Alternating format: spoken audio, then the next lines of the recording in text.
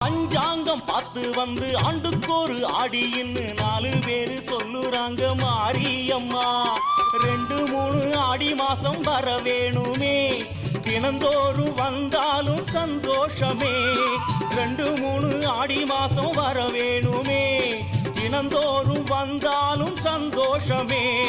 வருவாயே மாரியம்மா, வந்து ஒரு வார்த்தை சொல்வாயம்மா.